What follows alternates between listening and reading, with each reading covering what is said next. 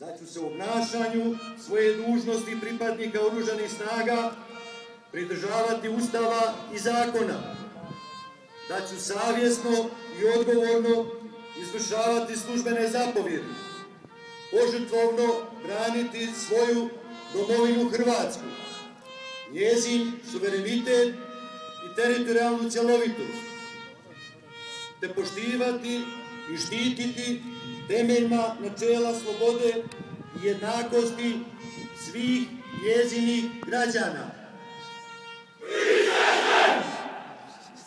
Vojnikinje i vojnici, čestitam vam na položenoj svečanoj prisezi.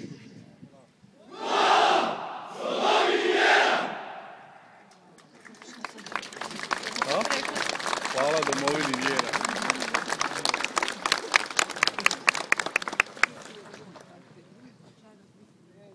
Čestitku povodom upravo položene svečane prisege uputit će vam izaslanik ministra obrane Republike Hrvatske i načelnika glavnog stožera Oružanih snaga Republike Hrvatske, zapovjednik Hrvatske kopnene vojske, general bojnik Dragutin Repinc.